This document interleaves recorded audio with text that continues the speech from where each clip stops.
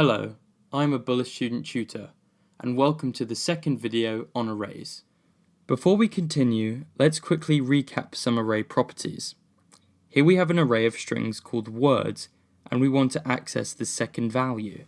If we think back to the methods we discussed in the previous video, we know that words of 1 would return lamp. Remember, the first value's index is 0, so the second value is at index 1. So let's continue exploring array length. We have an array of ints called numbers, and we want to quickly know how many elements there are. How do we do this? Well, the .length property allows us to quickly access this information. Here, numbers.length returns 6.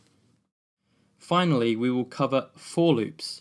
For loops allow us to access specific values in arrays and execute commands multiple times. Let's move to BlueJ to discuss this idea further. So here we are in BlueJ. I just created the class ArrayPractice so we can test our for loop.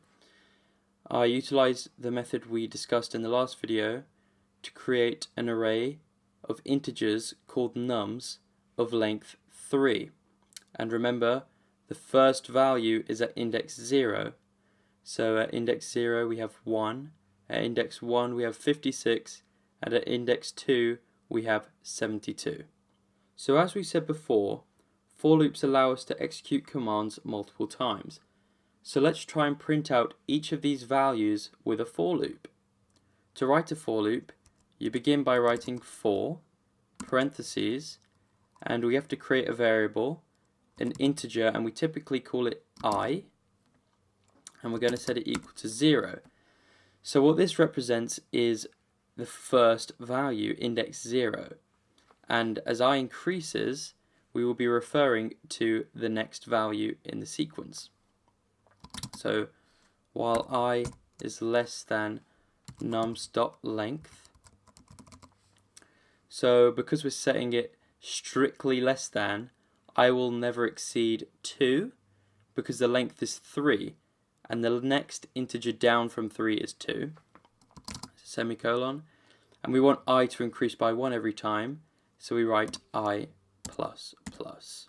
In the body of the for loop, we want to write code that can be repeated each time I increases.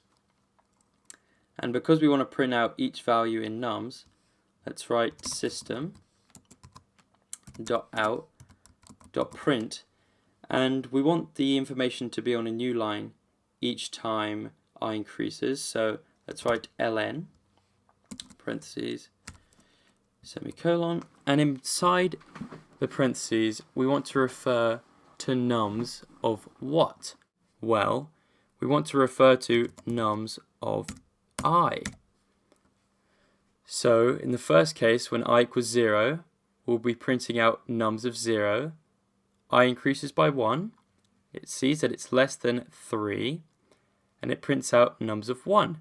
It does it again for nums of 2, and so when we compile it and we run it, we see 1, 56, and 72. This has been a Bullis Student Tutor video. Thank you for watching.